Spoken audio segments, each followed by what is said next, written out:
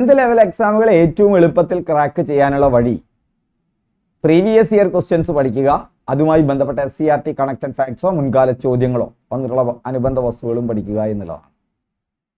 ഇന്ന് നമ്മൾ ജനുവരി 11 നടന്ന 10th പ്രിലിംസ് എക്സാമിനുമായി ബന്ധപ്പെട്ട ചോദ്യങ്ങളും അതിൻ്റെ അനുബന്ധ വസ്തുക്കളുമാണ് പഠിക്കുന്നത്. ആകെ 2200 ചോദ്യങ്ങളാണ് 10th പ്രിലിംസിന് വന്നത്. അതിലെ 2000 ചോദ്യങ്ങൾ ആദ്യത്തെ ഒരു സീക്വൻസിൽ നമ്മൾ കവർ ചെയ്തു. വീണ്ടും നമ്മൾ ആ ചോദ്യങ്ങൾ നമുക്ക് 500 എണ്ണം പുതിയ വസ്തുതകളും പുതിയ കറണ്ട് അഫയേഴ്സും ഒക്കെ ഉൾപ്പെടുത്തിക്കൊണ്ട്, അന്ന് വന്ന കറണ്ട് അഫയേഴ്സ് പഴതാണ്, അപ്പോൾ അതിന് പകരം അതിന് സമാനമായ കറണ്ട് അഫയേഴ്സും കൂടി ഉൾപ്പെടുത്തിക്കൊണ്ട് 500 ചോദ്യങ്ങൾ കഴിഞ്ഞു. ഇനി ഈ ജനുവരി 25 മുമ്പ് ബാക്കി 1500 ചോദ്യങ്ങൾ ചെയ്യും. പിന്നെ ഇപ്പം നടന്ന 2 എക്സാമുകളുടെ 100 ചോദ്യങ്ങളിൽ 45 എണ്ണം ഇന്നത്തോടു കൂടി ഇതുപോലുള്ള സ്പെഷ്യൽ സീക്വൻസിലൂടെയും കവർ ചെയ്യും. അപ്പോൾ സ്ഥിരമായിട്ട് കാണുക. ഹായ് ഫ്രണ്ട്സ്, എൻ്റെ പേര് രഘുനന്ദനൻ MV. വിൻഡോസ് ജൂവിൻ്റെ പുതിയ ക്ലാസ്സിലേക്ക് സ്വാഗതം.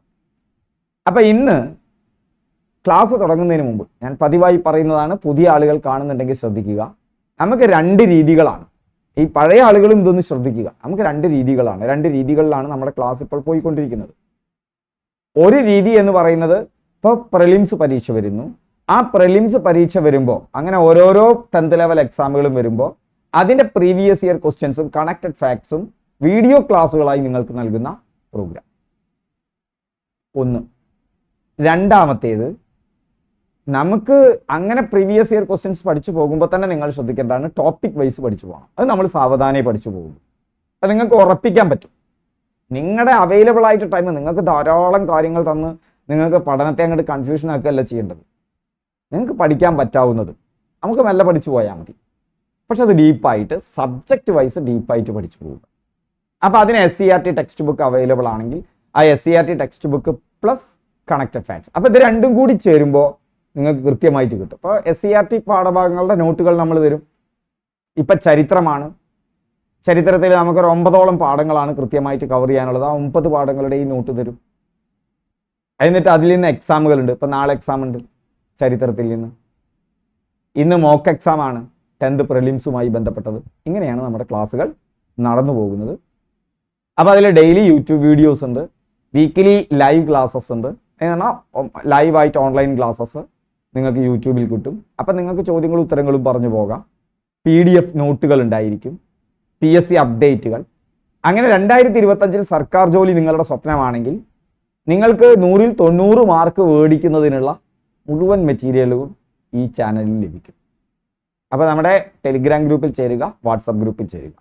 ടെലിഗ്രാം ഗ്രൂപ്പിൽ നമ്മൾ ചോദ്യങ്ങളും കാര്യങ്ങളൊക്കെ അങ്ങനെ നിരന്തരം ഇട്ടുപോകും. അതിനിടയിൽ ചിലപ്പോൾ എക്സാമുകളൊക്കെ നിങ്ങൾക്ക് ശ്രദ്ധിക്കാൻ പറ്റിയെന്ന് വരില്ല. വാട്സപ്പ് ഗ്രൂപ്പിൽ ആ മെറ്റീരിയൽ ഉണ്ടാവില്ല. അതിൻ്റെ എന്താണ് പ്രധാനപ്പെട്ട, ഇപ്പോൾ എക്സാം നടക്കുന്നുണ്ടെങ്കിൽ എക്സാം, വീഡിയോ ക്ലാസ് ഉണ്ടെങ്കിൽ ആ വീഡിയോ ക്ലാസ്, അതല്ലെങ്കിൽ അതിൻ്റെ പ്രധാനപ്പെട്ട കാര്യങ്ങൾ മാത്രമാണ് ചെയ്യുക. അപ്പോൾ നമ്മുടെ ചാനലിൻ്റെ പ്രത്യേകത സമ്പൂർണ്ണമാണ് എന്നുള്ളതാണ്. SCERTയുടെ മുഴുവൻ സിലബസും പുതുതും പഴതുമായിട്ടുള്ള സിലബസ് വിത്ത് നോട്ട്സ് ആയിട്ട് നിങ്ങൾക്ക് ഇവിടെ ലഭിക്കും. രണ്ടാമത്തേത്, നിങ്ങൾക്ക് ഓൺലൈൻ എക്സാം ലഭിക്കും, ഓൺലൈനായിട്ട് എക്സാം ലഭിക്കും. ഓക്കെ. മൂന്നാമത്തേത്, ടെലിഗ്രാമിൽ പോളുകൾ, ഇതുവരെ നടന്ന മുഴുവൻ ചോദ്യങ്ങളും കവർ ചെയ്തിട്ടുള്ള പോളുകൾ നിങ്ങൾക്ക് നമ്മൾ തുടങ്ങിയിട്ടുണ്ട്. അതുപോലെ SCERTയുടെ പ്രധാനപ്പെട്ട ഭാഗങ്ങൾ, മറ്റ് അനുബന്ധ വസ്തുക്കളൊക്കെ തന്നെ ടെലിഗ്രാമിൽ നമ്മൾ പോസ്റ്റ് ചെയ്തുകൊണ്ടിരിക്കും. ടെലിഗ്രാമിലും വാട്സപ്പ് ഗ്രൂപ്പിലും ജോയിൻ ചെയ്യുക. ഓക്കെ, നമുക്ക് ക്ലാസ്സിലേക്ക് പ്രവേശിക്കാം. ഇതുവരെ ചാനൽ സബ്സ്ക്രൈബ് ചെയ്യാത്തവരുണ്ടെങ്കിൽ സബ്സ്ക്രൈബ് ചെയ്യുക. ബെല്ലൈക്കൺ ക്ലിക്ക് ചെയ്താൽ നിങ്ങൾക്കത് കൃത്യമായിട്ട് കിട്ടും. സ്ത്രീകൾക്ക് സർക്കാർ ബസ്സുകളിൽ സൗജന്യ യാത്ര നൽകുന്ന പദ്ധതിയായ മഹാലക്ഷ്മി സ്കീം നടപ്പിലാക്കിയ സംസ്ഥാനം ഏതാണ് എന്നാണ് ഒരു ചോദ്യം. സ്ത്രീകൾക്ക് സർക്കാർ ബസ്സുകളിൽ സൗജന്യ യാത്ര നൽകുന്ന പദ്ധതിയായ മഹാലക്ഷ്മി, ഓർത്തുവെക്കാൻ എളുപ്പമാണ് അല്ലേ, മഹാലക്ഷ്മി സ്കീം നടപ്പിലാക്കിയത് തെലുങ്കാനയാണ്. ഏതാണ് ആ സംസ്ഥാനം? തെലുങ്കാന. കുറിച്യ കലാപമാണ് നമ്മൾ മുന്നത്തെ ക്ലാസ്സുകളിൽ ധാരാളം പറഞ്ഞുകൊണ്ട് ഞാൻ അനുബന്ധ വസ്തുക്കളിലേക്ക് പോകുന്നില്ല. 1812 വയനാട്ടിൽ നടന്ന കുറിച്യ കലാപവുമായി ബന്ധപ്പെട്ട പ്രസ്താവനകളിൽ താഴെ പറയുന്നവയിൽ ഏതെല്ലാമാണ് ശരി എന്നുള്ളതാണ്. ബ്രിട്ടീഷുകാർ അമിത നികുതി ചുമത്തിയത് കലാപത്തിനിടയാക്കി. ഇത് ശരിയായ ഉത്തരമാണ്. നിങ്ങൾ മനസ്സിലാക്കേണ്ടത്, കൺസെപ്റ്റ് മനസ്സിലാക്കി പഠിച്ചു പോവുക തന്നെ വേണം. അങ്ങനെ പോകുന്ന ഒരാൾക്കറിയാം, ഇന്ത്യയിൽ 1757 പ്ലാസി യുദ്ധം തൊട്ട് 1857 ഇന്ത്യയിൽ ബ്രിട്ടീഷ് രാജ് ആരംഭിക്കുന്നത്. പ്ലാസി യുദ്ധത്തോടു കൂടി ബംഗാൾ പിടിച്ചടക്കുകയാണ്. റോബർട്ട് ക്ലൈവ് സിറാജ് ഉദ് ദൗളയെ പരാജയപ്പെടുത്തി. അവിടുന്ന് തുടങ്ങുന്ന ബ്രിട്ടീഷുകാരുടെ ഭരണം 1856 ആകുമ്പോഴേക്കും ഇന്ത്യ മുഴുവൻ വ്യാപിച്ചു. അപ്പൊ ഇവർക്കെതിരെ മുഗളന്മാർക്കോ അതല്ലെങ്കിൽ വിജയനഗര സാമ്രാജ്യം ഉണ്ടായിട്ടുണ്ട്, മുഗൾ സാമ്രാജ്യം ഉണ്ടായിട്ടുണ്ട്, രജപുത്രന്മാരുടെ സാമ്രാജ്യം ഉണ്ടായിട്ടുണ്ട്, ഡൽഹി സുൽത്താനേറ്റ് ഉണ്ടായിട്ടുണ്ട്. ഇതിനെതിരെ ഒന്നും പ്രക്ഷോഭങ്ങൾ ഉണ്ടായിട്ടില്ല. ഇതിന് 2 കാരണങ്ങളുണ്ട്. അതിലൊരു പ്രധാനപ്പെട്ട കാരണം ബ്രിട്ടീഷുകാർ രാജ്യം ഭരിക്കലായിരുന്നില്ല അവരുടെ പ്രധാന പരിപാടി. അവരുടെ പരിപാടി വരുമാനം ഉണ്ടാക്കലായിരുന്നു. അവന് വ്യത്യസ്ത നികുതികൾ അവർ ചുമത്തി. ഈ നികുതികൾ കൊണ്ട് പൊറുതിമുട്ടിയ ജനമാണ് അവർക്കെതിരെ പലപ്പോഴും പ്രതിഷേധമുയർത്തിയത്. മറ്റു പല കാരണങ്ങളുമുണ്ട്. അപ്പൊ അധിക കലാപങ്ങളുടെയും കാരണം 1757 മുതൽ 1857 വരെയുള്ള അധിക കലാപങ്ങളുടെയും കാരണം നികുതി ആണ്. കുറിച്ച കലാപത്തിന്റെ കാരണവും തെറ്റായ നികുതി നയമാണ്. നോക്കൂ, പഴശ്ശി കലാപത്തിലെ ഒരു കാരണം തെറ്റായ നികുതി നയമാണ്. മലബാർ കലാപത്തിന്റെ കാരണം തെറ്റായ നികുതി നയമാണ്. ഓക്കെ, അപ്പൊ ആ പ്രസ്താവന ശരിയാണ്. രാജ്മഹൽ കുന്നുകളിലാണ് കലാപം നടന്നത്. നമുക്കറിയാം, സന്താൽ കലാപമാണ് രാജ്മഹൽ കുന്നുകളിൽ നടന്നത്. കുറിച്ച കലാപം എന്ന് പറയുന്നത് നിങ്ങൾക്കറിയാമല്ലോ, ദക്ഷിണേന്ത്യയിലെ ഏക ഗോത്രവർഗ കലാപമാണ്. കുറിച്ചരും കുറുമ്പ്രരും ചേർന്ന് നടത്തിയ കലാപമാണ്. എന്നാൽ സന്താൽ കലാപം എന്ന് പറഞ്ഞാൽ ഇന്ത്യയിൽ ബ്രിട്ടീഷുകാർക്കെതിരെ നടന്ന ഏറ്റവും വലിയ ഗോത്ര കലാപമാണ്. സന്താളുകൾ ഇന്ത്യയിലെ ഏറ്റവും വലിയ ഗോത്രവുമാണ്. മാത്രമല്ല, നമ്മുടെ ദ്രൗപദി മുർമു സന്താൾ വിഭാഗത്തിൽപ്പെട്ടതാണ്, നമ്മുടെ രാഷ്ട്രപതി. അപ്പൊ രാജ്മഹൽ കുന്നുകളിൽ നടന്നത് സന്താൽ കലാപമാണ്. അത് തെറ്റാണ്. കലാപത്തെക്കുറിച്ച് പഠിക്കാൻ ബ്രിട്ടീഷ് ഗവൺമെന്റ് വില്യം ലോഗൻ കമ്മീഷനെ നിയമിച്ചു. വില്യം ലോഗൻ കമ്മീഷൻ എന്ന് പറയുന്നത് മലബാർ കലാപവുമായി ബന്ധപ്പെട്ടതാണ്, അല്ലാതെ ഏതുമായി ബന്ധപ്പെട്ടതല്ല, കുറിച്ച കലാപവുമായി ബന്ധപ്പെട്ടതല്ല. അതുകൊണ്ട് ഈ പ്രസ്താവനയും തെറ്റാണ്. കലാപത്തിന് നേതൃത്വം നൽകിയത് രാമൻ നമ്പിയായിരുന്നു. ഈ 2 പ്രസ്താവനകൾ ശരിയാണ്. അതുകൊണ്ട് തന്നെ ഇവിടെ 1ഉം 4ഉമാണ് ശരി. ആ ഓപ്ഷൻ വരുന്നത് സി ആണ്. അപ്പൊ ഇവിടെ നോക്കൂ, കലാപത്തിന് നേതൃത്വം നൽകിയത് രാമൻ നമ്പിയായിരുന്നു എന്നുള്ളൊരു വസ്തുത നിങ്ങൾക്ക് അറിയുന്നുണ്ട് വെച്ചാൽ തന്നെ നിങ്ങൾക്ക് ഈ ഉത്തരമായി. കാരണം 4 വരുന്ന ഒരൊറ്റ ഓപ്ഷനേ ഉള്ളൂ. അതുകൊണ്ട് പ്രസ്താവന ടൈപ്പ് ചോദ്യം കണ്ട മക്കളെ നിങ്ങൾ ടെൻഷൻ അടിക്കരുത്. ഒന്ന് മനസ്സിരുത്തി നോക്കുക, അതിൽ ഏതെങ്കിലും വസ്തുത ഉണ്ടോ എന്ന് നോക്കുക. ആ വസ്തുതയിൽ നിന്ന് ഒരു 50-55% പ്രസ്താവന ടൈപ്പ് ചോദ്യങ്ങൾ നമുക്ക് വിളിക്കാൻ പറ്റും. അതുകൊണ്ട് പ്രസ്താവന ടൈപ്പ് ചോദ്യങ്ങൾ നിങ്ങൾ നോക്കുക. നിങ്ങൾക്ക് അത്യാവശ്യമൊക്കെ പഠിച്ചു പോയ ഒരാളാണെങ്കിൽ നിങ്ങൾക്ക് നല്ലതാണ്. 2024 നോബൽ സമാധാനത്തിനുള്ള നോബൽ പുരസ്കാരം നേടിയ സംഘടന. ഇപ്പൊ ഈ വന്ന ചോദ്യങ്ങളൊക്കെ ഉണ്ടല്ലോ, ഈ ചോദ്യങ്ങളൊക്കെ നമ്മൾ മുന്നേ കവർ ചെയ്താട്ടോ. ഈ ചോദ്യം നമ്മൾ കവർ ചെയ്താ നമ്മുടെ കറണ്ട് അഫയേഴ്സിൽ ഈ ചോദ്യം നമ്മൾ കവർ ചെയ്തതാണ്, വിശദമായി കവർ ചെയ്തതാണ്. കാരണം എന്താ, നമ്മൾ പ്രീവിയസ് ഇയർ ക്വസ്റ്റ്യൻസ് അതിന്റെ പാറ്റേൺസിനനുസരിച്ചല്ലേ ക്ലാസ് പോകുന്നത്. ഞാൻ പറയുന്നത് നമ്മൾ ഇതിനു മുന്നേ നടത്തിയ 80 ക്ലാസ്സുകളുടെ കാര്യമാണ്. ധാരാളം ക്ലാസ്സുകളും ധാരാളം പഠിക്കാനും ഞാൻ നിങ്ങൾക്ക് തന്നിട്ടില്ല. പഠിക്കേണ്ടത് മാത്രം പഠിച്ചത് ക്രാക്ക് ചെയ്യാൻ പറ്റും. ഇപ്പൊ 2024 സമാധാനത്തിനുള്ള നോബൽ പുരസ്കാരം നേടിയ സംഘടന, നമ്മുടെ യൂട്യൂബ് ചാനൽ സ്ഥിരം കാണുന്നവരാണെങ്കിൽ നമ്മൾ നോബൽ സമ്മാനം ഉൾപ്പെടുത്തിയിട്ടുണ്ട്. അപ്പോൾ നമുക്കറിയാം നിഹോൺ ഹിഡാൻക ആണ്. ഇവിടെ നിങ്ങൾ നോക്കേണ്ടത് 2024-ലെയും 23-ലെയും 22-ലെയും നോബൽ സമ്മാനം ഞാൻ പറഞ്ഞു പോയിട്ടുണ്ട്. ശ്രദ്ധിക്കണം, പഠിച്ചിരിക്കണം. മുന്നത്ത് 2024 നോബൽ സമ്മാനത്തിലൂടെ ഒന്നും കൂടി നമുക്ക് പോവാം. അപ്പൊ നമ്മൾ പഠിച്ചത് ഒന്നും കൂടി ഉറപ്പിക്കും. ഭൗതിക ശാസ്ത്രം ജോൺ ഹോപ്ഫീൽഡ് ആണ്, USA ആണ്. ജെഫ്രി ഹിൻഡനുമാണ്. ജോൺ ഹോപ്ഫീൽഡും ജെഫ്രി ഹിൻഡൻ. പക്ഷേ നോബൽ സമ്മാനവുമായി ബന്ധപ്പെട്ട് കഴിഞ്ഞ പ്രാവശ്യം അറിയാലോ നിങ്ങൾക്ക്, ഒന്ന് ഡീറ്റെയിൽ ആയി ചോദിച്ചു. അതുകൊണ്ട് തന്നെ നോബൽ സമ്മാനം ഇവിടെ എന്താണ്, കൃത്രിമ ന്യൂറൽ നെറ്റ്വർക്കുകൾ വഴി മെഷീൻ ലേണിംഗ് വഴിയൊരുക്കിയതിനാണ് പുരസ്കാരം. കൃത്രിമ ന്യൂറൽ നെറ്റ്വർക്കുകൾ വഴി മെഷീൻ ലേണിങ്ങിന് വഴിയൊരുക്കിയതിനാണ് ഭൗതിക ശാസ്ത്രത്തിന് സമ്മാനം. കൃത്രിമ ബുദ്ധിയിൽ പരിവർത്തനാത്മക പ്രയോഗങ്ങൾക്ക്, ആർട്ടിഫിഷ്യൽ ഇന്റലിജൻസിന് വലിയ പ്രയോഗങ്ങൾക്ക്, വളരെ ഒരു പരിവർത്തനാത്മകമായ പ്രയോഗങ്ങൾക്ക് കാരണമാകും. അപ്പോൾ അത് നോക്കുക. കൃത്രിമ ന്യൂറൽ നെറ്റ്വർക്കുകൾ ജെഫ്രി ഹിൻഡൻ, ജോൺ ഹോപ്ഫീൽഡ്. രസതന്ത്രം ഡേവിഡ് ബക്കറ, അതുപോലെ തന്നെ ഡെമിസ് ഹസാബിസ് ആണ്. 2 പേരും USA ആണ്. അല്ല, ഒരാൾ USA, മറ്റാൾ UK. അതുപോലെ തന്നെ ജോൺ ജംബർ USA. ഈ 2 പേരാണ് USA. ഇയാള് UK. അതായത് ജോൺ ജംബർ USA ആണ്. അതുപോലെ തന്നെ ഡെമിസ് ഹസാബിസ്, ഡേവിഡ് ബക്കർ.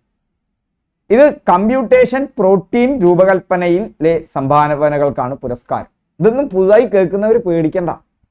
നിങ്ങൾ ഈ ക്ലാസ് അവസാനം വരെ കാണുക, ഇതൊക്കെ നോട്ട് എടുക്കുക. നോട്ട് എടുത്തതിന് ശേഷം നിങ്ങൾ ഇങ്ങനെ റിവൈസ് ചെയ്ത് പോയാൽ മതി. നിങ്ങൾ യാത്ര ചെയ്യുമ്പോൾ, കുട്ടികളോടുമായിട്ടിരിക്കുമ്പോൾ, ഇപ്പൊ രസതന്ത്രം ഡേവിഡ് ബക്കർ, അതുപോലെ തന്നെ ഡെമിസ് ഹസാബിസ്, ജോൺ ജമ്പർ, എന്തെല്ലാം ഓർക്കണം? കമ്പ്യൂട്ടേഷൻ പ്രോട്ടീൻ രൂപകൽപ്പനയിലെ സംഭാവനകൾ. അപ്പൊ കമ്പ്യൂട്ടേഷൻ പ്രോട്ടീൻ രൂപകൽപ്പന. ഓക്കെ, പ്രോട്ടീൻ ഘടനാ പ്രവചനം. പ്രോട്ടീൻ രൂപകൽപ്പന, പ്രോട്ടീൻ ഘടനാ പ്രവചനം രണ്ടും തന്നെയാണ്. ഇതാണ് നിങ്ങൾ ഓർക്കെടുക്കേണ്ടത്. പേര് ഓർക്കണം, ഇത് രസതന്ത്രമാണെന്ന് ഓർക്കണം. അപ്പൊ രസമാണ്. ഇവിടെ എന്തുണ്ട്? ഡേ, ഡേവിഡില് ഡേ ഉണ്ടല്ലോ. Day bake, bakery, day bakery. ഇനി നോക്കൂ, ഹസാബിസ്, ഹസ്ബൻഡ് എന്ന് കൂട്ടിക്കോളൂ. ജോൺ ജംബർ, ബമ്പർ എന്ന് ഓർത്തോളൂ. ഇപ്പൊ നോക്കൂ, ബമ്പർ, ഹസ്ബൻഡ്, ഡേ, ബേക്കറി. ഇതുമായി ബന്ധപ്പെട്ടൊരു കഥ ഉണ്ടാക്കിക്കോളൂ.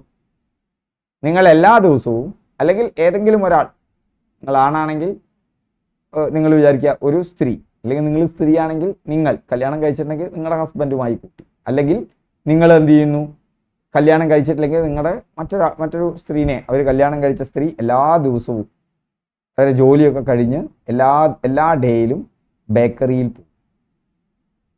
ബേക്കറിയിൽ പോയിട്ട് അവർ പ്രോട്ടീൻ റിച്ച് ആയിട്ടുള്ള ഭക്ഷണമാണ് കഴിക്കുക. ആലോചിക്കുക, എല്ലാ ഡേയിലും ഹസ്ബൻഡിനെയും കൂട്ടിയിട്ടാണ് പോകുന്നത്. അങ്ങനെ പോകുമ്പോൾ ആ കടയിൽ ഈ പ്രോട്ടീൻ ഉൽപ്പന്നങ്ങൾക്കായിട്ട് ഒരു നറുക്കെടുപ്പ് വെച്ചിരുന്നു. അതിൽ നിന്ന് ബമ്പർ അടിച്ചു. ഓക്കെ, അപ്പൊ അവർക്ക് രസവും കിട്ടി അല്ലേ? എല്ലാ ദിവസവും ഡേയിൽ ബേക്കറി പോകുമ്പോൾ അതൊരു രസം. അവരെ മാർക്കറ്റിംഗ് തന്ത്രത്തിന്റെ ഭാഗമായി അവർക്കൊരു സമ്മാനവും കിട്ടി. പുതിയ കാലത്തെ കഥകളൊക്കെ ആലോചിച്ചാൽ നിങ്ങൾക്ക് എളുപ്പമായി, ഞാനത് പറയുന്നില്ല. അപ്പോൾ നിങ്ങൾ നോക്കൂ, രസതന്ത്രം നമ്മുടെ കയ്യിലായി. രസതന്ത്രം ഡേ ഉണ്ട്, ഹസ്ബൻഡ് ഉണ്ട്, ബമ്പർ ഉണ്ട്, പ്രോട്ടീൻ ഉണ്ട്, ബേക്കറി ഉണ്ട്. അപ്പൊ നമുക്ക് ഈ കയറുമ്പോൾ ഡേവിഡ് ബേക്കർ. എന്നിട്ട് ഇങ്ങനെ കഥ ഉണ്ടാക്കി എഴുതി വെക്കുക. എന്നിട്ട് നിങ്ങൾ പോകുമ്പോൾ ഓർക്കുക, ഈ ഡേയും ബേക്കറും അത് ഡേവിഡ് ബേക്കർ, ഡെമിസും ഹസാബിസും ഹസ്ബൻഡ്, ബമ്പർ എന്ന് പറഞ്ഞാൽ ജോൺ ജമ്പർ. ഇങ്ങനെ നിങ്ങൾ കൂളായി പഠിച്ചു പോയാൽ മതി. അല്ലാതെ ഇതിനിരുന്ന് ഇങ്ങനെ എന്താ പറയുക, തല കുത്തി മറിഞ്ഞ് പഠിക്കരുത്. പഠനം രസകരമാക്കി. അങ്ങനെ നിങ്ങൾ ഉണ്ടാക്കുക, ഞാനല്ല ഉണ്ടാക്കേണ്ടത്, നിങ്ങൾ ഉണ്ടാക്കുന്നതാണ് നിങ്ങളുടെ മനസ്സിലുണ്ടാവുക. വൈദ്യശാസ്ത്രം വിക്ടർ ആംബ്രോസും ഗാരി റുക്കുനുമാണ്. നിങ്ങൾക്ക് ഇതുമായി ബന്ധപ്പെട്ട് പേരുള്ളത്. രണ്ടാളും USA-യിലാണ്. RNA-യുടെ കണ്ടെത്തലിനും ജീൻ നിയന്ത്രണത്തിലെ അതിൻ്റെ പങ്കിനും പുരസ്കാരം ലഭിച്ചു. ജനിതക നിയന്ത്രണ സംവിധാനങ്ങളെക്കുറിച്ചുള്ള ധാരണയാക്കാണ് അവർക്ക് ഈ നോബൽ പ്രൈസ് കിട്ടിയത്. സാഹിത്യത്തിന് ഹാൻകാങ് ആണ്, ദക്ഷിണ കൊറിയ.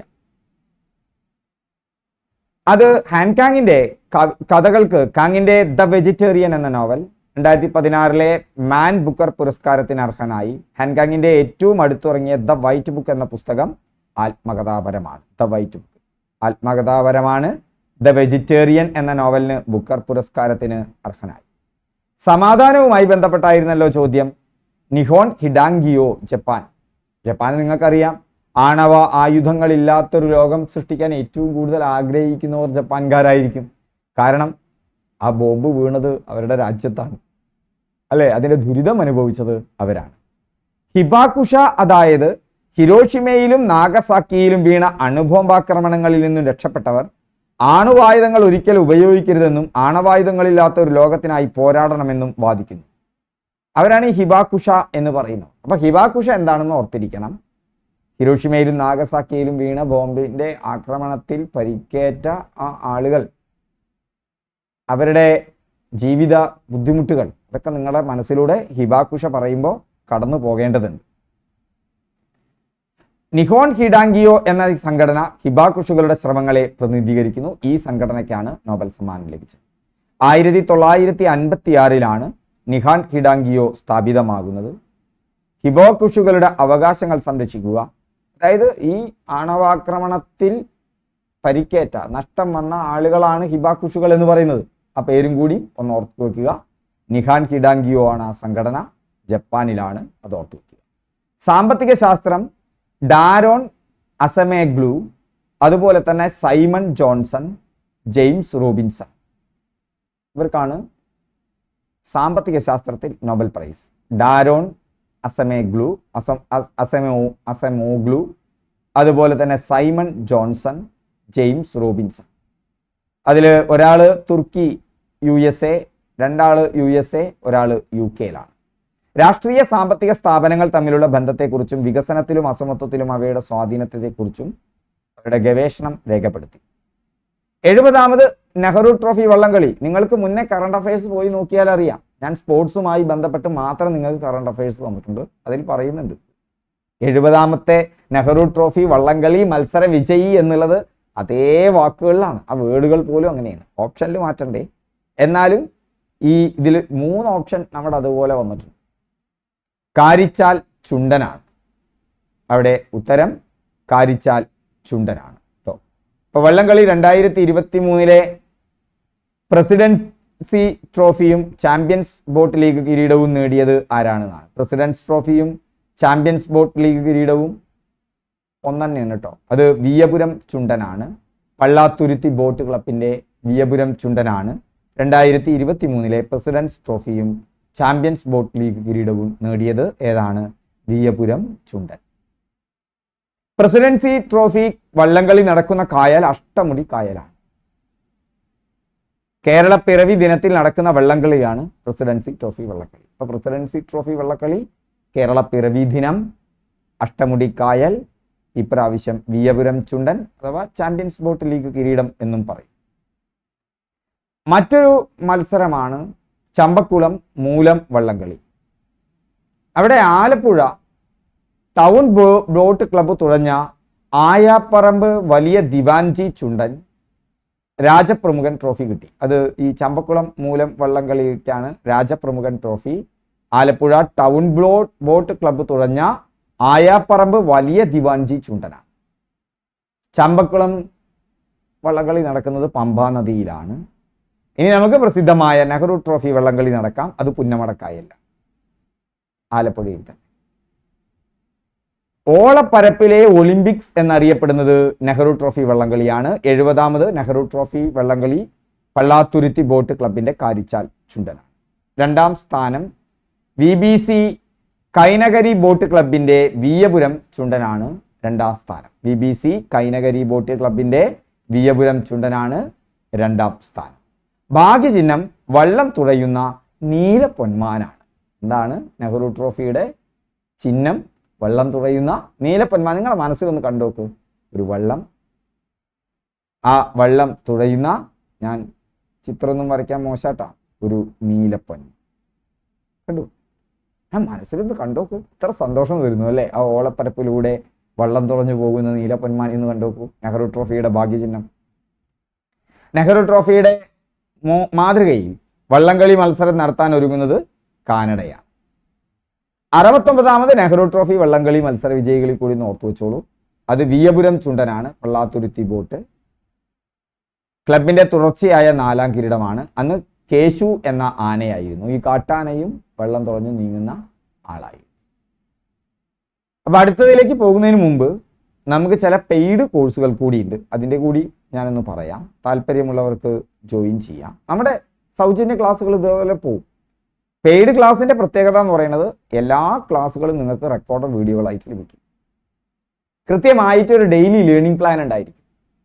ആ ഡെയിലി ലേണിംഗ് പ്ലാനിൽ നിങ്ങൾക്ക് എല്ലാ ദിവസവും എക്സാമുകളിൽ ലഭിക്കും. PDF നോട്ടുകൾ ഉണ്ടായിരിക്കും. എൻ്റെ ഈ ക്ലാസ്സിൻ്റെ ഇതേ ശൈലി, എല്ലാ ക്ലാസ്സും എടുക്കുന്നത് ഞാൻ തന്നെയാണ്. എല്ലാം, അതായത് 10th ലെവൽ എക്സാമിന് വരുന്ന assistant salesman, village field assistant, assistant prison officer, beverages LDC, LGS various company corporation, ഇങ്ങനെയുള്ള വ്യത്യസ്ത എക്സാമുകൾക്കായിട്ട് 20,000-ലധികം ഒഴിവുകളാണ് വരുന്നത്. ഇതിനൊക്കെ കൂടി ഒരൊറ്റ കോഴ്സ് മുഴുവൻ സിലബസും കവർ ചെയ്യും. അങ്ങനത്തെ കോഴ്സാണ്. അപ്പോൾ അതിന് റീസണബിൾ പ്രൈസാണ് മേടിക്കുന്നത്. അഫോർഡബിൾ പ്രൈസ് 499 രൂപ. ഞാൻ ഗ്യാരണ്ടി തരുന്നു, നിങ്ങൾ ആ ഡെയിലി പ്ലാൻ കൃത്യമായിട്ട് പഠിച്ചു പോവുകയാണെങ്കിൽ കാര്യങ്ങളൊക്കെ വിശദമായി പറയുന്ന ക്ലാസ്സുകളായിരിക്കും. നിങ്ങളെ സംബന്ധിച്ചിടത്തോളം ഈ എക്സാം 2025 തന്നെ ഈ എക്സാമുകളൊക്കെ നിങ്ങൾക്ക് ക്രാക്ക് ചെയ്യാൻ പറ്റും. അതിൽ മോക്ക് എക്സാമുകളുണ്ട്, PDF നോട്ടുകളുണ്ട്. ആഴ്ചയിലൊരിക്കൽ നിങ്ങളുമായി ഞാൻ ലൈവായിട്ട് വരും. നിങ്ങളുടെ കാര്യങ്ങളൊക്കെ ചോദിക്കും, പഠിക്കാനുള്ള ബുദ്ധിമുട്ടുകളൊക്കെ ചോദിക്കും.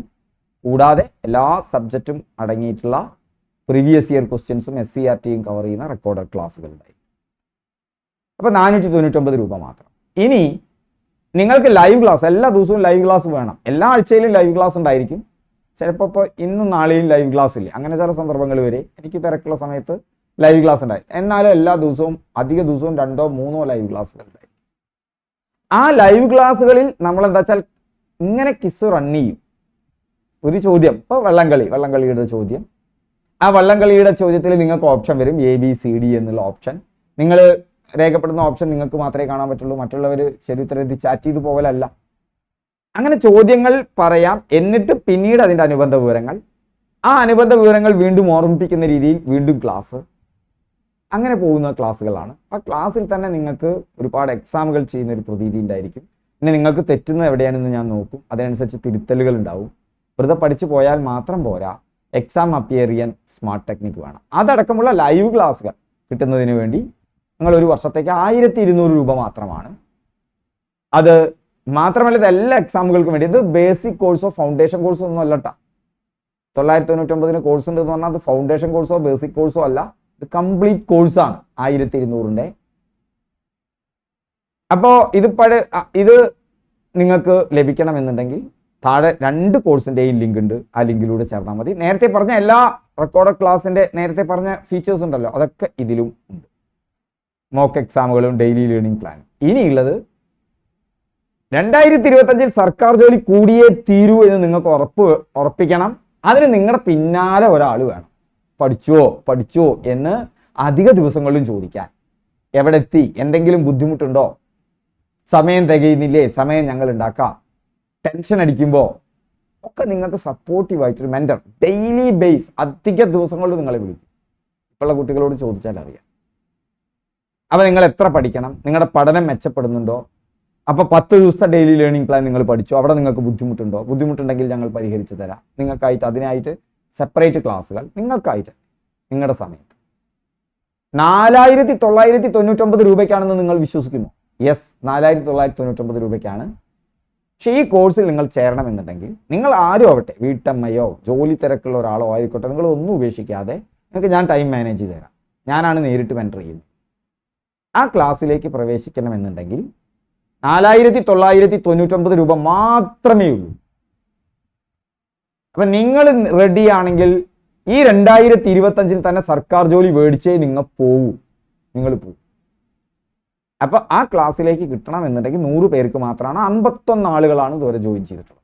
ഇനി 49 പേർക്ക് കൂടിയുണ്ട് അഡ്മിഷൻ കിട്ടും. നിങ്ങൾ ജസ്റ്റ് ചെയ്യേണ്ടത്, നിങ്ങൾ താഴെ ലിങ്കിലൊന്നും വേണ്ട, 8075963937 ഞാൻ നമ്പർ പറയാം. ആ നമ്പറിലാണ് നിങ്ങൾ വാട്സപ്പ് ചെയ്യുക. എന്നെ വിളിക്കരുത്, വിളിച്ചാൽ ഞാൻ എടുക്കില്ല. കാരണം അങ്ങനെ വിളിച്ച് നമുക്ക് 8075963937 എന്ന എൻ്റെ നമ്പറിലേക്ക് വാട്സപ്പ് ചെയ്യും. അപ്പോൾ വാട്സപ്പ് ചെയ്താൽ ഞാൻ പറയും നമുക്കൊന്നിരിക്കണം. ഇരുന്നതിന് ശേഷം എനിക്ക് നിങ്ങൾക്ക് ഉറപ്പ് വേണം, നിങ്ങൾക്ക് അതിനുവേണ്ടി പരിശ്രമിക്കും എന്നുള്ളത്. ഓക്കെ, അപ്പോൾ നമുക്കിനി ക്ലാസ്സിലേക്ക് പോകാം.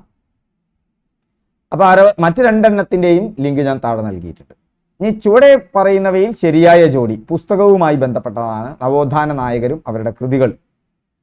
ശ്രീനാരായണ ഗുരു പ്രാചീന മലയാളം, ചട്ടമ്പി സ്വാമികൾ അഖിലത്തിരുട്ട്, വൈകുണ്ഠസ്വാമികൾ ദർശനമാല, പണ്ഡിറ്റ് കറുപ്പൻ ജാതികുമ്മി. ഇതിൽ നമുക്കറിയാം പ്രാചീന മലയാളം എന്ന് പറയുന്നത് ചട്ടമ്പി സ്വാമികളുടേതാണ്, അതുകൊണ്ട് ഇത് തെറ്റാണ്.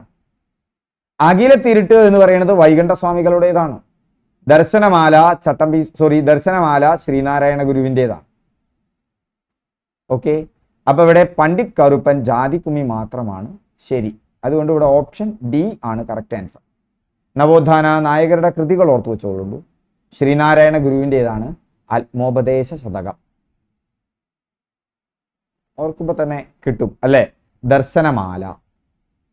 ആത്മോപദേശ ശതകം മാത്രമല്ല, ദൈവദശകം, അനുകമ്പാ ദശകം. ഈ ദശകം ശതകം എന്നൊക്കെ അധികവും എല്ലാതും അല്ലട്ട, ശ്രീനാരായണ ഗുരുവാണെന്ന് ഓർക്കുക. അതുപോലെ തന്നെ ജാതി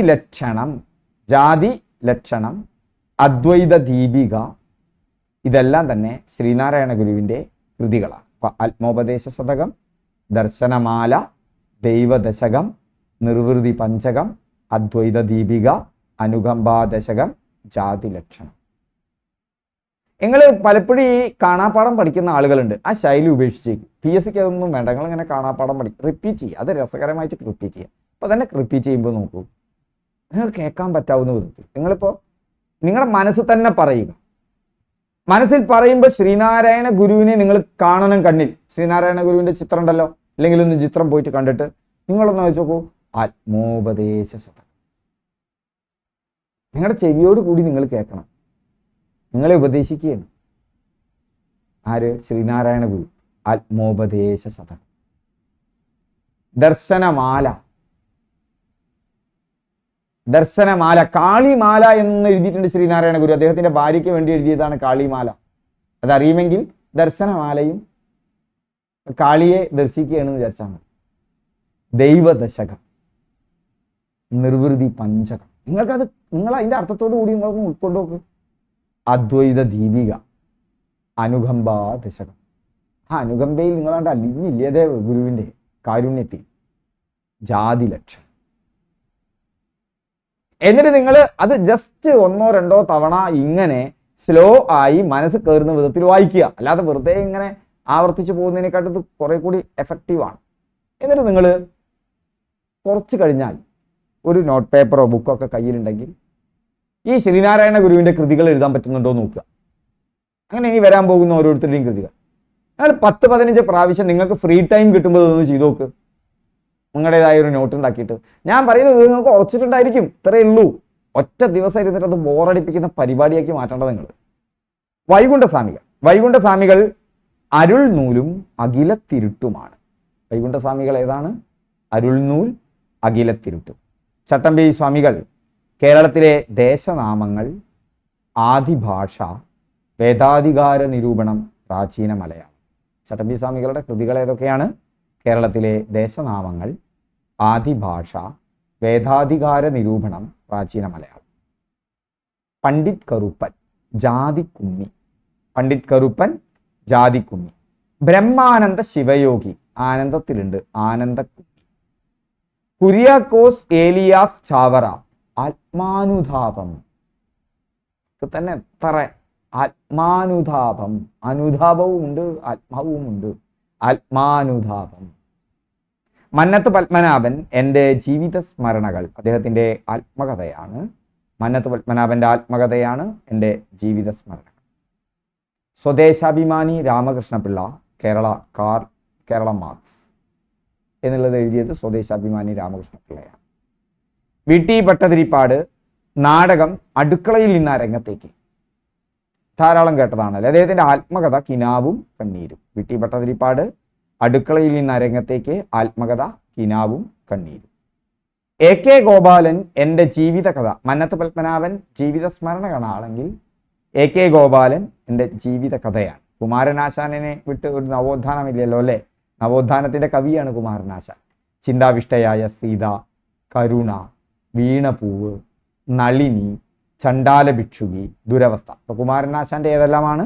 ദുരവസ്ഥ, ചണ്ടാല ഭിക്ഷുകി, നളിനി, വീണപൂവ്, കരുണ, ചിന്താവിഷ്ടയായ സീത. അതുപോലെ തന്നെ AK ഗോപാലൻ്റെ ആത്മകഥ എൻ്റെ ജീവിതകഥ. നാടകം VT ഭട്ടതിരിപ്പാട്, അടുക്കളയിൽ നിന്ന് രംഗത്തേക്ക്, ആത്മകഥ കിനാവും കണ്ണീരും. സ്വദേശാഭിമാനി രാമകൃഷ്ണപിള്ള, കേരള മാർക്സ്. മന്നത്ത് പത്മനാഭൻ, ആത്മകഥ എൻ്റെ ജീവിത സ്മരണകൾ. കുര്യാക്കോസ് ഏലിയാസ് ചവറ, ആത്മാനുതാപം. ബ്രഹ്മാനന്ദ ശിവയോഗി, ആനന്ദക്കുമ്മി. പണ്ഡിറ്റ് കറുപ്പനാണ്, ജാതിക്കുമ്മി. ഇപ്പം പ്രാചീന മലയാളം, വേദാധികാര നിരൂപണവും ആദിഭാഷയും കേരളത്തിലെ ദേശനാമങ്ങളും ചട്ടമ്പി സ്വാമികളാണ്. അഖിലത്തിരുട്ട്, അരുൾനൂലും വൈകുണ്ഠസ്വാമികൾ. ജാതിലക്ഷണം, അനുകമ്പാദശകം, അദ്വൈത ദീപിക, നിർവൃതി പഞ്ചകം, ദൈവദശകം, ദർശനമാല, ആത്മോപദേശ ശതകം, ശ്രീനാരായണ ഗുരു. ഓർത്തിരിക്കുക, ടേബിൾ ഉണ്ടാക്കുക, ഞാൻ പറഞ്ഞതുപോലെ പഠിച്ചു പോവുക. 2025 പ്രഥമ ഗോഗോ ലോകകപ്പ് വേദിയാകുന്ന രാജ്യം. 2025 പ്രഥമ ഗോഗോ ലോകകപ്പ് വേദിയാകുന്ന രാജ്യം ഇന്ത്യയാണ്.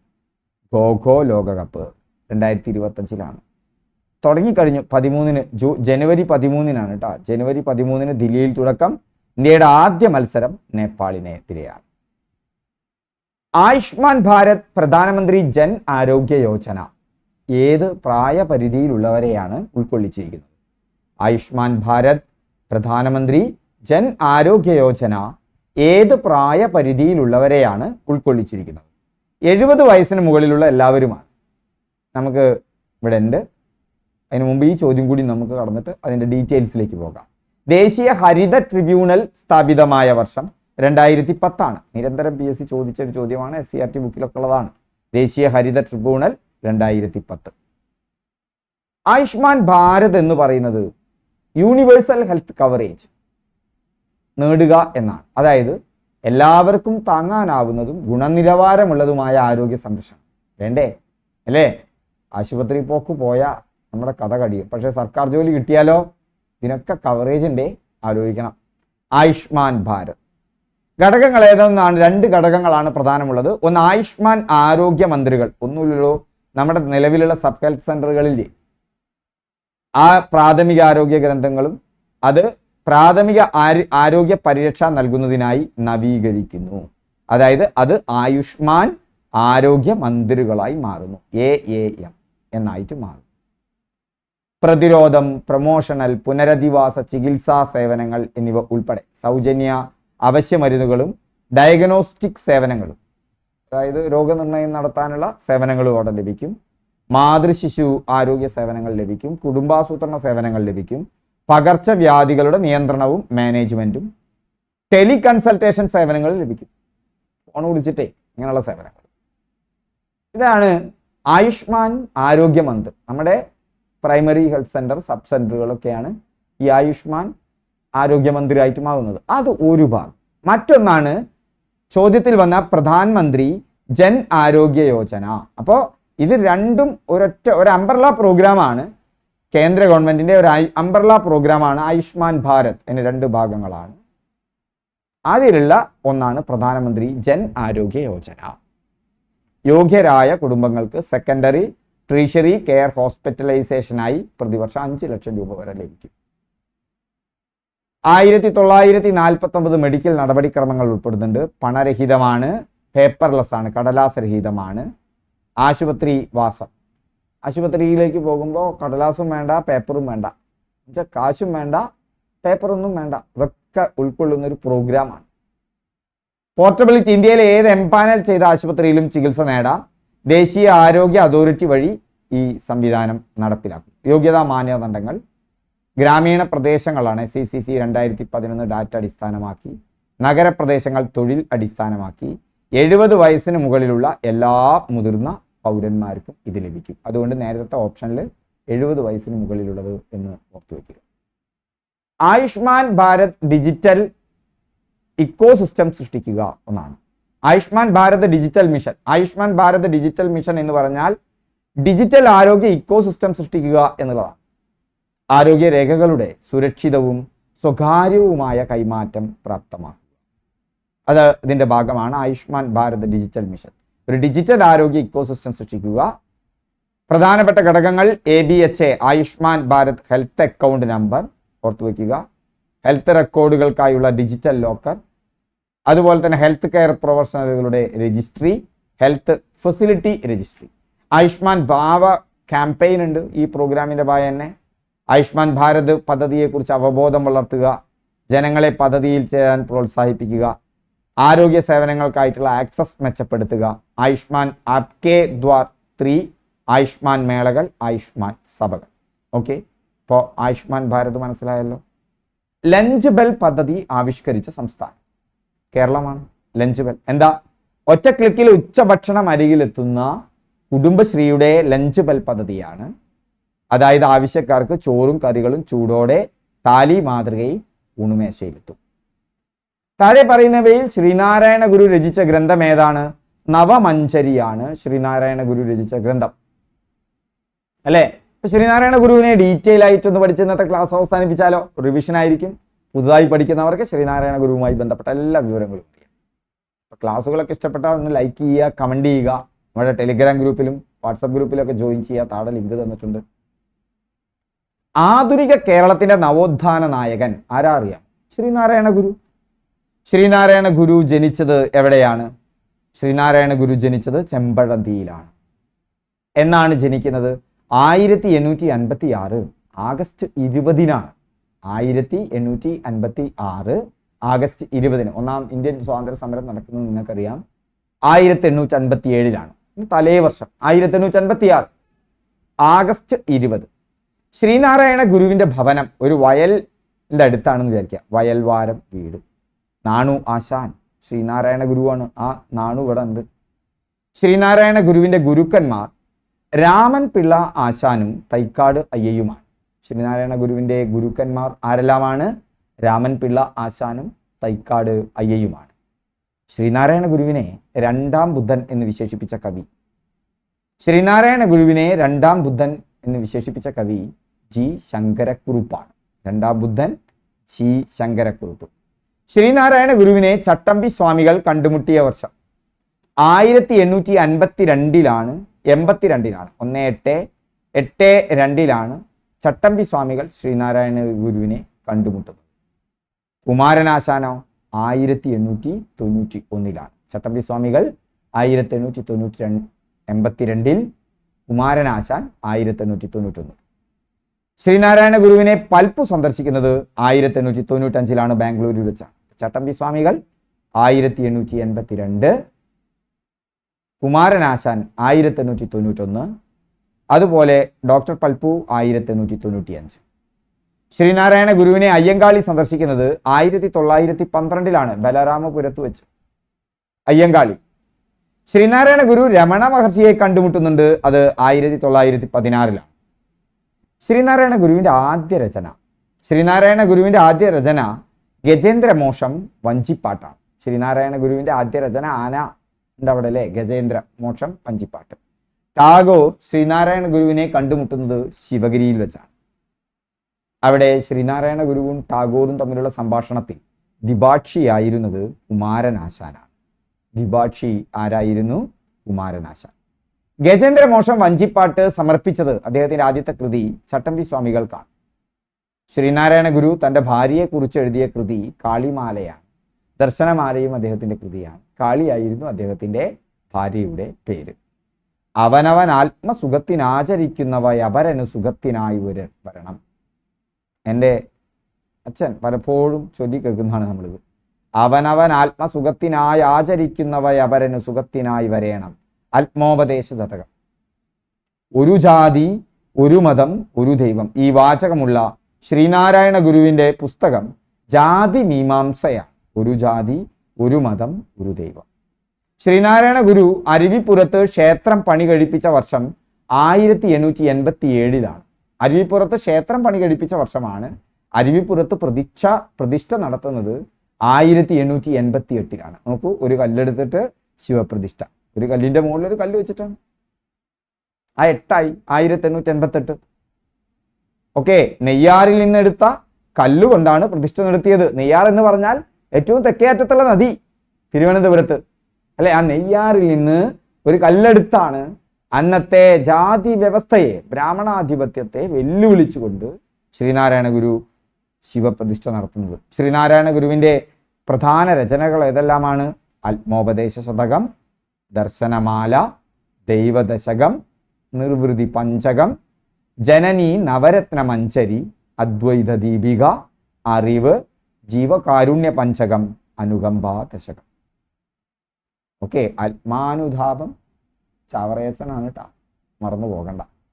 ആത്മോപദേശ ശതകം, ദർശനമാല, ദൈവദശകം, നിർവൃതി പഞ്ചകം, ജനനി നവരത്ന മഞ്ചരി, അദ്വൈത ദീപിക, അറിവ്, ജീവകാരുണ്യ പഞ്ചകം, അനുകമ്പാ ദശകം, ജാതി ലക്ഷണം, ചിജ്ജടചിന്തകം, ശിവശതകം, കുണ്ടലിനിപ്പാട്ട്, തിരുക്കുറൽ വിവർത്തനം ചെയ്തിട്ടുണ്ട്.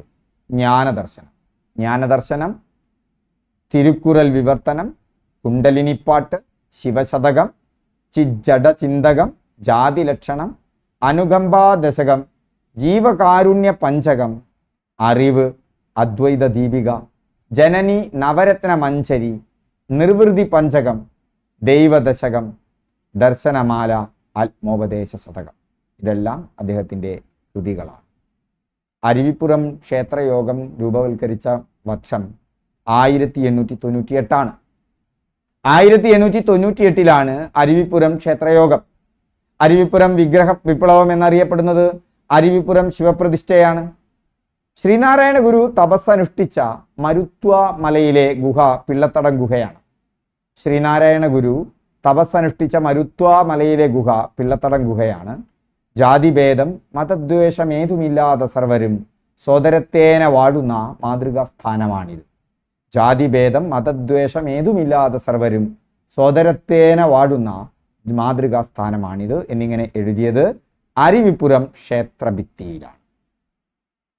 മദ്യം വിഷമാണ്, അതുണ്ടാക്കരുത്, കൊടുക്കരുത്, കുടിക്കരുത് എന്ന് പറഞ്ഞത് ശ്രീനാരായണ ഗുരുവാണ്. മദ്യം വിഷമാണ്, അതുണ്ടാക്കരുത്, കൊടുക്കരുത്, കുടിക്കരുത് എന്ന് പറഞ്ഞത് ശ്രീനാരായണ ഗുരുവാണ്. ഞാനിതാ ഈഴവ ശിവനെ പ്രതിഷ്ഠിക്കുന്നു എന്ന് പറഞ്ഞത് ശ്രീനാരായണ ഗുരുവാണ്. തപാൽ സ്റ്റാമ്പിൽ പ്രത്യക്ഷപ്പെട്ട ആദ്യ മലയാളി ആരാണ്? ശ്രീനാരായണ ഗുരുവാണ്. 1965 ശ്രീനാരായണ ഗുരു തപാൽ സ്റ്റാമ്പിൽ പ്രത്യക്ഷപ്പെടുന്നത്. തപാൽ സ്റ്റാമ്പിൽ പ്രത്യക്ഷപ്പെട്ട ആദ്യ മലയാളി ശ്രീനാരായണ ഗുരുവാണ്.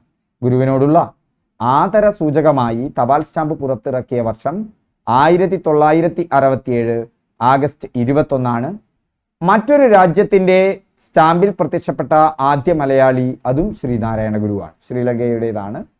നാണയത്തിൽ പ്രത്യക്ഷപ്പെട്ട ആദ്യ മലയാളി ശ്രീനാരായണ ഗുരുവാണ്. സംഘടിച്ച് ശക്തരാകുവിൻ, വിദ്യ കൊണ്ട് പ്രബുദ്ധരാവുക, മതമേതായാലും മനുഷ്യൻ നന്നായാൽ മതി, ഒരു ജാതി, ഒരു മതം, ഒരു ദൈവം, മനുഷ്യന്. അപ്പോൾ സംഘടിച്ച് ശക്തരാകുവിൻ, വിദ്യ കൊണ്ട് പ്രബുദ്ധരാവുക, മതമേതായാലും മനുഷ്യൻ നന്നായാൽ മതി, ഒരു ജാതി, ഒരു മതം, ഒരു ദൈവം, മനുഷ്യന്. ഇതെല്ലാം പറഞ്ഞത് ശ്രീനാരായണ ഗുരുവാണ്. ശ്രീനാരായണ ധർമ്മ പരിപാലന യോഗം സ്ഥാപിച്ച വർഷം SNDP 1903 മെയ് 15. 1903 May 15 SNDP സ്ഥാപിതമാകുന്നത്. ആരുടെ പ്രേരണയിലാണ് ശ്രീനാരായണ ഗുരു SNDP സ്ഥാപിച്ചത്? ഡോക്ടർ പൽപ്പുവിൻ്റെ പ്രേരണയാലാണ്. SNDPയുടെ രൂപീകരണത്തിന് കാരണമായ യോഗം അരുവിപ്പുറം ക്ഷേത്രയോഗമാണ്. അരുവിപ്പുറം ക്ഷേത്രയോഗമാണ് SNDPയുടെ രൂപീകരണത്തിന് കാരണമായ യോഗം. SNDPയുടെ മുൻഗാമി എന്നറിയപ്പെടുന്നത് വാവൂട്ട് യോഗമാണ്. SNDPയുടെ മുൻഗാമി എന്നറിയപ്പെടുന്നത്. സുനിശ്ചിതമായ ഭരണഘടനയും പ്രവൃത്തി പദ്ധതിയും കാലാകാലങ്ങളിൽ തെരഞ്ഞെടുപ്പ് സമ്പ്രദായങ്ങളോടുള്ള ആദ്യത്തെ ജനകീയ സംഘടന ഏതാണെന്ന് ചോദിച്ചാൽ അത് SNDPയാണ്. സുനിശ്ചിതമായ ഭരണഘടന, പ്രവൃത്തി പദ്ധതി, കാലാകാലങ്ങളിൽ തെരഞ്ഞെടുപ്പ് സമ്പ്രദായങ്ങളോടുള്ള ആദ്യത്തെ ജനകീയ സംഘടന, അതാണ് SNDP. SNDPയുടെ ആജീവനാന്ത അധ്യക്ഷൻ ശ്രീനാരായണ ഗുരുവാണ്. SNDPയുടെ ഉപാധ്യക്ഷൻ ഡോക്ടർ പൽപ്പുവായി. SNDPയുടെ ആദ്യ സെക്രട്ടറി കുമാരനാശാനാണ്. SNDPയുടെ മുഖപത്രം ആദ്യകാലത്ത് വിവേകോദയമാണ്. വിവേകോദയമാണ് SNDPയുടെ മുഖപത്രം. ആ വിവേകോദയം 1904 ആരംഭിച്ചത്. വിവേകോദയം പത്രത്തിന്റെ മുഖ്യ പത്രാധിപർ കുമാരനാശാനാണ്. ഇപ്പോഴത്തെ SNDPയുടെ മുഖപത്രം യോഗനാഥമാണ്. SNDPയുടെ ആസ്ഥാനം കൊല്ലമാണ്. ഗുരു ശിവഗിരിയിൽ ശാരദാ പ്രതിഷ്ഠ നടത്തിയത് 1912.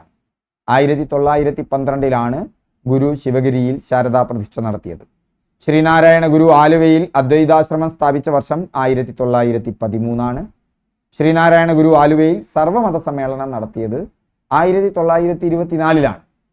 ഞാൻ ഇന്നാള് കേട്ടൊരു പ്രഭാഷണത്തിൽ അത് പറയുന്നത്, ഈ വിവേകാനന്ദൻ പങ്കെടുത്ത സർവമത സമ്മേളനം ഉണ്ടല്ലോ അമേരിക്കയിലെ ചിക്കാഗോയിൽ, അത് കഴിഞ്ഞാൽ ലോകത്ത് നടന്ന മറ്റൊരു സർവമത സമ്മേളനമാണത്രേ. രണ്ടാമത് നടന്നൊരു സർവമത സമ്മേളനമാണ് 1924. രണ്ട് തമ്മിലുള്ള വ്യത്യാസം, ഒന്നാമത്തെ സമ്മേളനം ചിക്കാഗോയിൽ വിവേകാനന്ദൻ മാത്രമാണ് സർവമതങ്ങളെയും ആശ്ലേഷിക്കുന്ന രീതിയിലൊരു പ്രസംഗം നടത്തുന്നത്. മറ്റതൊക്കെ പഴയൊരു ശൈലി എന്താ വെച്ചാൽ ഒരു മതം മറ്റൊരു മതത്തിൻ്റെ കുറ്റം പറയുകയും തൻ്റെ മതത്തിൻ്റെ പ്രാമാണിത്വം അല്ലെങ്കിൽ അതിൻ്റെ മറ്റ് മതങ്ങളെക്കാളുള്ള അതിൻ്റെ മേന്മ പറയുകയാണെങ്കിൽ ശ്രീനാരായണ ഗുരു എല്ലാ മതങ്ങളുടെയും സാരവും ഒന്നാണെന്നും ഇത് വാദിക്കാനും ജയിക്കാനുമല്ല അറിയാനും അറിയിക്കാനും വേണ്ടിയാണ് എന്ന് പറഞ്ഞ് നടത്തിയ സമ്മേളനം. കൺസെപ്റ്റുകളിലുള്ള വ്യത്യാസം.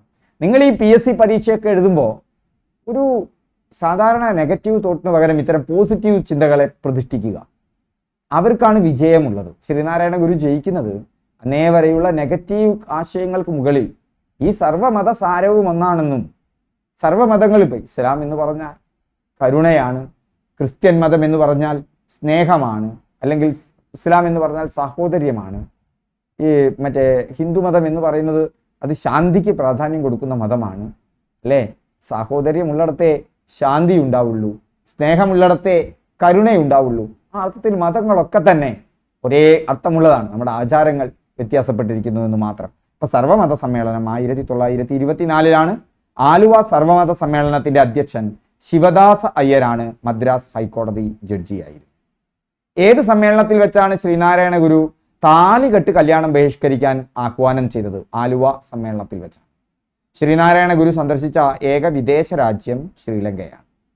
ശ്രീനാരായണ ഗുരുവിന്റെ ആദ്യ ശ്രീലങ്ക ദർശനം 1919 ശ്രീനാരായണ ഗുരുവിന്റെ രണ്ടാമത്തെ ശ്രീലങ്ക സന്ദർശനം 1926 ടാഗോർ ശ്രീനാരായണ ഗുരുവിനെ സന്ദർശിക്കുന്നത് 1922 ശ്രീനാരായണ ഗുരുവിനെ ടാഗോർ സന്ദർശിക്കുന്ന സമയത്ത് ടാഗോറിനോടൊപ്പം ഉണ്ടായിരുന്ന വ്യക്തി CF ആൻഡ്രൂസ് ആണ്.